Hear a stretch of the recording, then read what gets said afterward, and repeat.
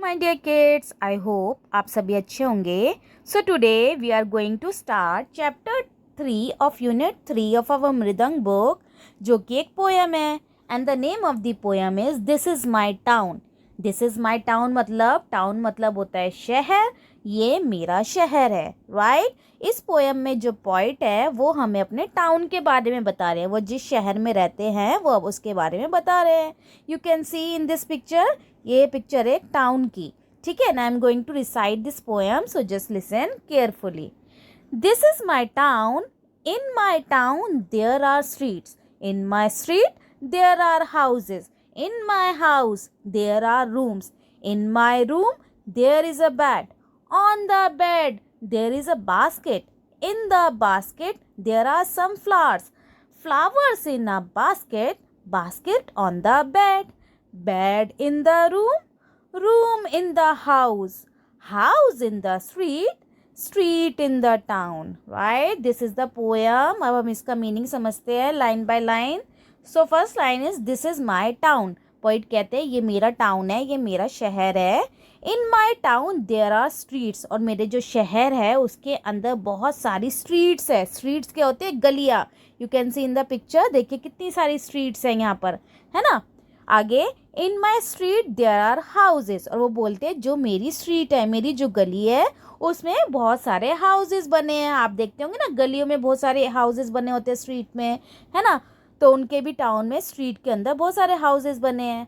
आगे there in my house there are room. और जो उनका हाउस है, जो उनका घर है, उसमें क्या है? बहुत सारे रूम्स बने हुए हैं. ठीक है, उसमें कमरे बने हुए हैं.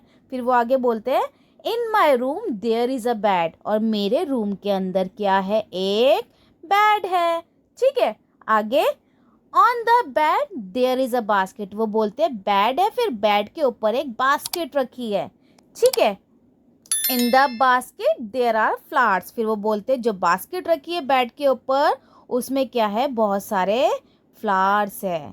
ठीक है. पहले उन्होंने बताया कि उनका एक टाउन है, टाउन के अंदर बहुत सारी स्ट्रीट्स है. स्ट्रीट्स, उनकी स्ट्रीट में बहुत सारे हाउसेस है. उन हाउसेस के अंदर, उन हाउस के अंदर उनके बहुत सारे रूम है. और उस रूम के अंदर उनका बेड है. और बेड के ऊपर है बास्केट. और बास्केट में क्या रखे हैं? फ्लावर्स. ठीक है. अब आगे देखते हैं फ्लावर्स इन अ बास्केट. अब वो फ्लावर से स्टार्ट कर रहे हैं.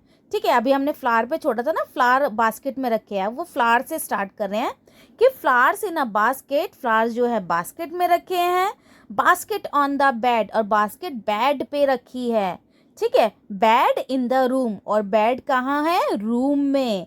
ठीक है. Room in the house. और वो जो रूम है वो पूरे घर के अंदर है, हाउस के अंदर है.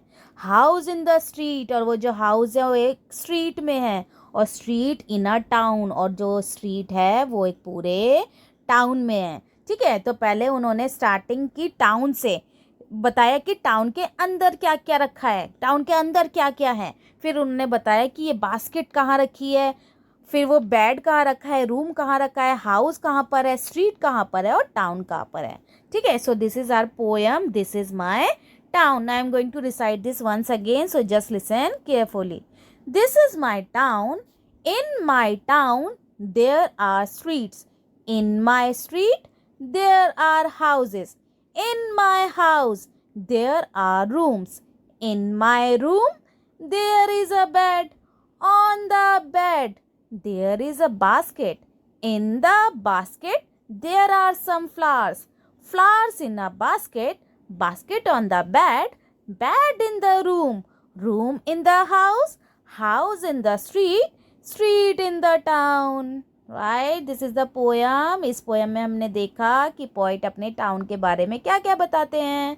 ठीक है. आगे देखते हैं sight words. कौन से आए इसमें?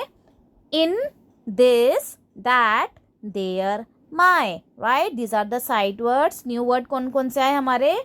Train, town, street, house, flower, basket. Train आप सभी जानते हैं. टाउन मतलब होता है शहर, स्ट्रीट मतलब गली, हाउस मतलब घर, फ्लावर मतलब फूल और बास्केट मतलब टोकरी. ठीक है. लेट अस स्पीक में देखते हैं what do you see in the picture. आपको इस पिक्चर में क्या देख रहा है?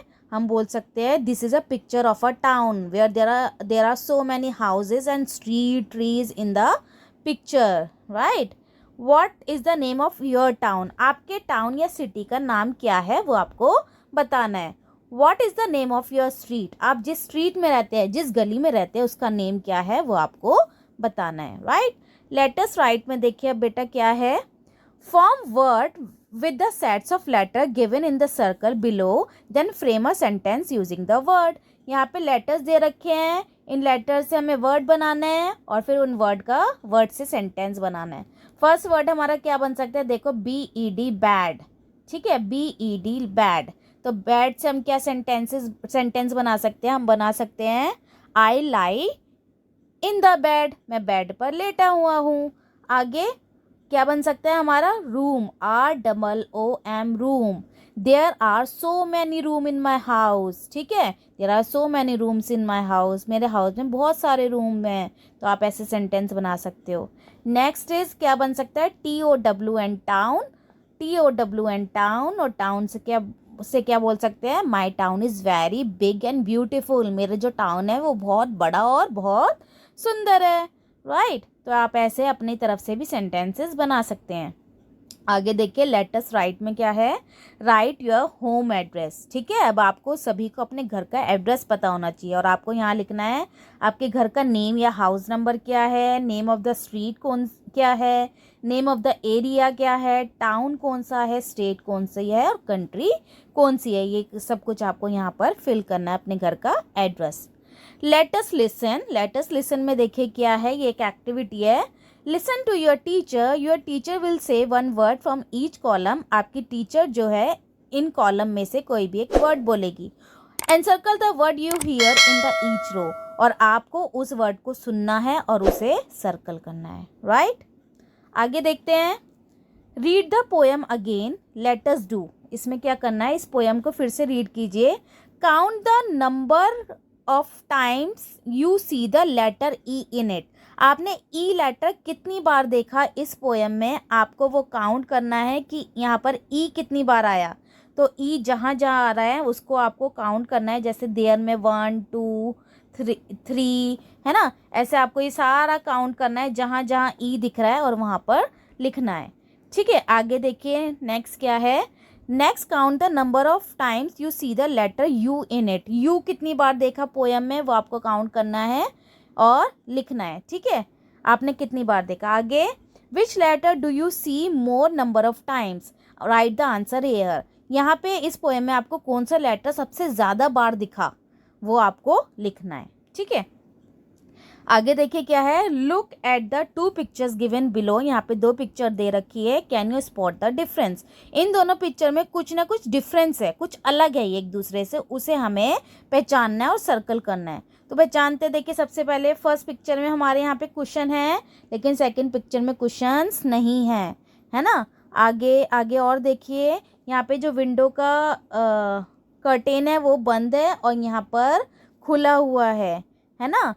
और आप देखिए, ठीक है, तो ऐसे आपको इसमें डिफरेंसेस ढूंढने हैं, यहाँ पे लॉक में डिफरेंस है और जो भी आपको डिफरेंस दिख रहे हैं वो आपको ढूंढने हैं, राइट। आगे देखिए, let us draw, look at the picture at whatever you think is needed to complete it, यहाँ पे एक पिक्चर दे रखी है। अब आपको क्या लगता है इस पिक्चर में हमें क्या क्या ऐड करना चाहिए, ठीक है, जो आपको लगता है कि इस पिक्चर में मैं और क्या बना सकती हूँ, मैं घर बना सकती हूँ, ठीक है ना, ट्रीज बना सकती हूँ, तो आपको इस पिक्चर में ऐड कर देना है, राइट। आगे देखते हैं, लेट अस स्पीक में देखिए क्या है, listen to the word that your teacher will read out, point to the object that represent the word, teacher आपकी ये वर्ड्स बोलेंगी और आपको उन वर्ड की तरफ, वो चीज़ की तरफ पॉइंट आउट करना है वो कहाँ है।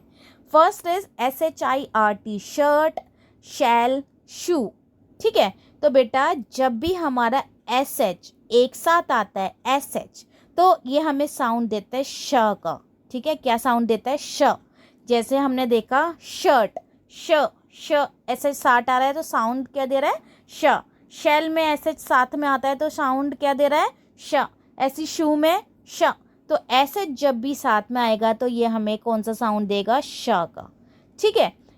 तो लेट अस राइट देखते हैं, देख बेटा, write essays to fill in the blanks, read the sentence aloud. यहाँ पे हमें ये सेंटेंसेस में आपको ब्लैंक में एसएच फिल करना है और फिर ये सेंटेंस को रीड करना है, और जहाँ पे भी एसएच होगा एक साथ तो उसका साउंड क्या होगा, श।